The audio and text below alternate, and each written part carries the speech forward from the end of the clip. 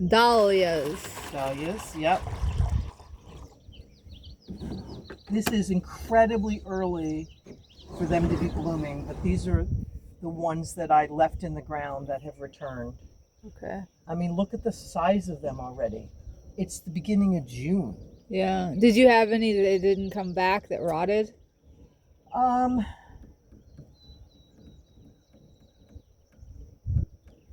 might have had a couple that didn't come back, but only a small number of the 120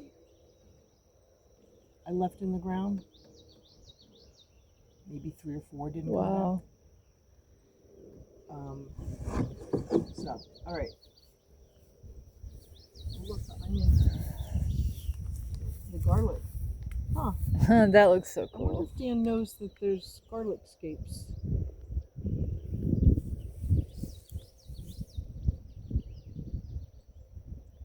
That's pretty cool, huh? Yeah, that is so cool. Are you filming? Yeah. Okay. I won't say what I think that looks like. That's sad. All right, Dahlias. Too early.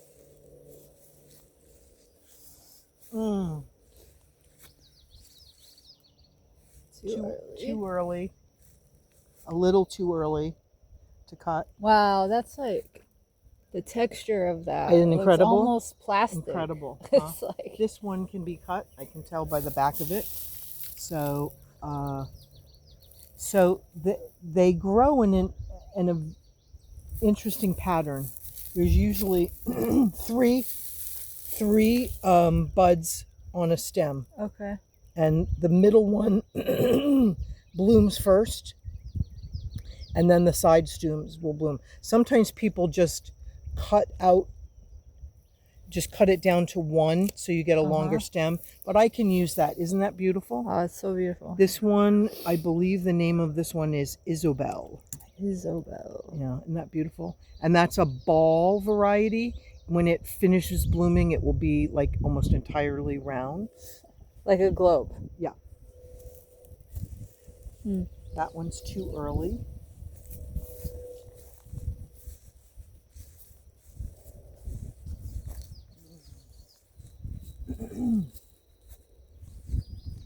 That one's too early. That one's too early. And you can see how sometimes the stems are really short when it first starts blooming. How many flowers do you think you get off of one of these plants every season? I would say a minimum of, for the larger flowers, maybe 20. Over the course of how many months?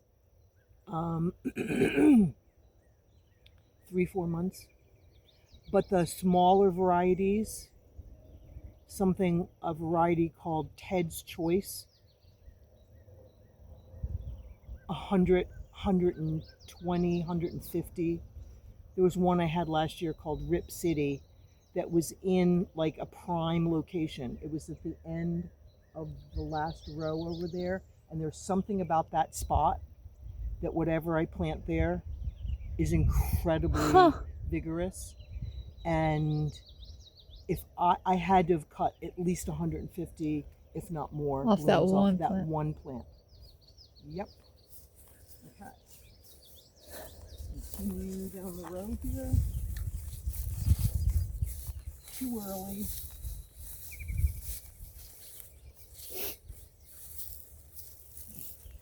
I'm actually going to cut all 3 of these because I get a nice long stem, and the side ones can be for interest. They'll bloom a little bit, but they will not fully bloom if you cut them this early. Okay.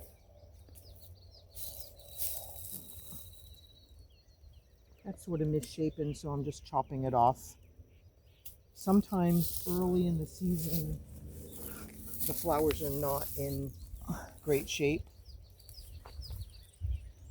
But so I'll show you something here. Last week I cut one of these, and I left the 2 side blooms and now they're blooming. Oh. But you can see where I cut Yeah. the middle one last week.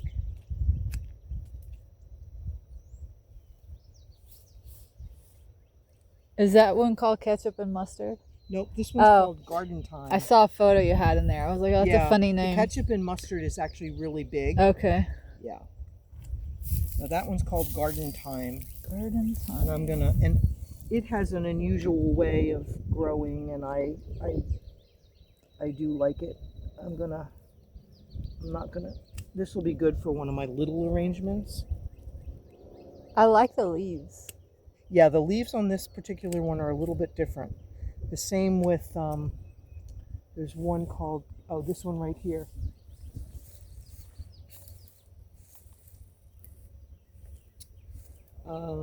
I believe this is Caribbean Fantasy. Okay. It has that very similar kind of leaf pattern. All right, let's see. I don't think we have anything else along there that's far enough along. Do these grow in, what climates do they grow in? They can grow in any climate. They prefer a cool climate.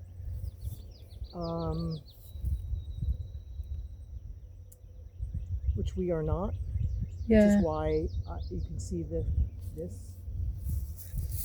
I put up shade cloth. Ah, okay. But they don't require chill hours, like no, in the ground? No, okay. no, they're a tuber, not a bulb. Okay.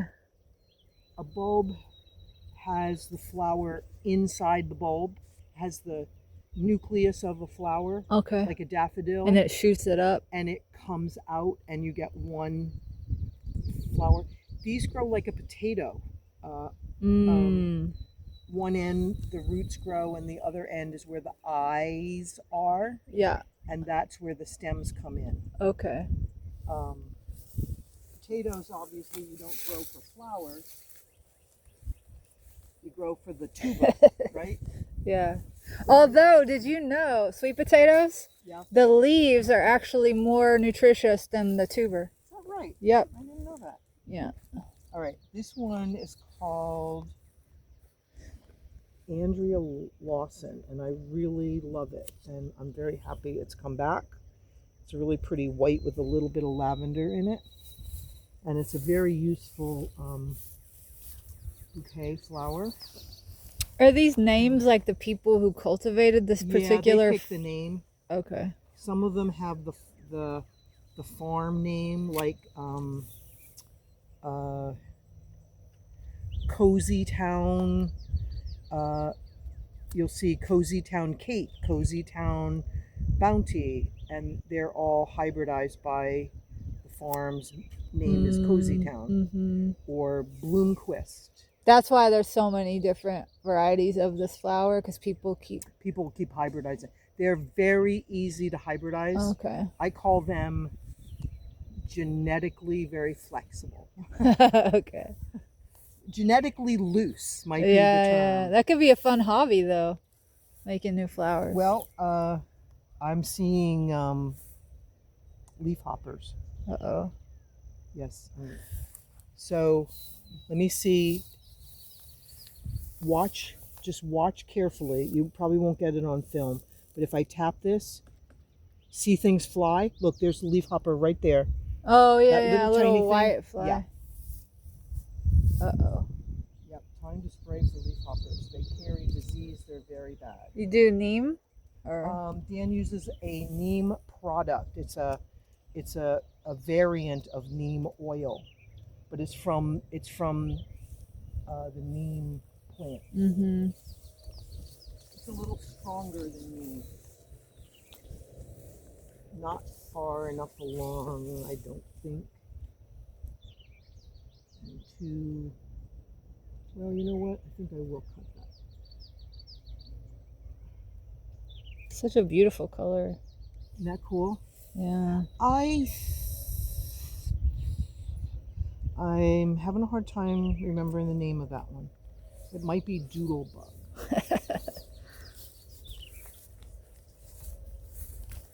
I know what this one is. This one I believe is called, I believe this one is called Funfair. I'm not I would entirely call that sure. one Irene. You'd call it Irene? That it reminds me of my great grandmother. I don't know why. Irene.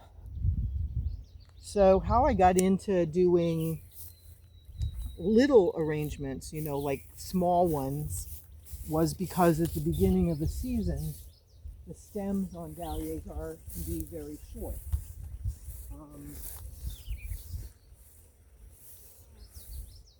Ooh. This one is absolutely one of my all-time favorites. It is called Margie Day, and it just, I even see flea beetles on that. The depth of color in that, with the pink, the corals, just incredible. Absolutely one of my favorites. All right, I think that is it for blooming dahlias, which isn't bad for what, June 5th? Yeah, first week of June. That one reminds me of like a hair piece that a flapper would wear or something. Yeah, so so I'm happy about that. Is there actually a black dahlia flower, or was that just the name of that movie? Because it was a sick movie. But there is one. There are several that are extremely dark. One of them I used to grow called Lights Out. But what I found was it was so dark, I couldn't use it with anything. It's too contrasting. Yeah, that would be a Halloween flower. Yeah, I just couldn't, like, every time I tried to use it, it just looked really funny. I really like the corals, the pinks, the peaches, the purples, the burgundies. Those are my favorite colors. And those are the most popular colors too. Like when people want tubers, those are the ones they want. Okay. They don't necessarily like the red so much or the yellows. They like the oranges, the peaches, the pinks, the corals, the multicolors. But they all like the same growing conditions, right? So that's cool because you can get so many different varieties. Yeah, no, they all need the same thing. Yeah. Yep, indeed. Cool. All right, well, I think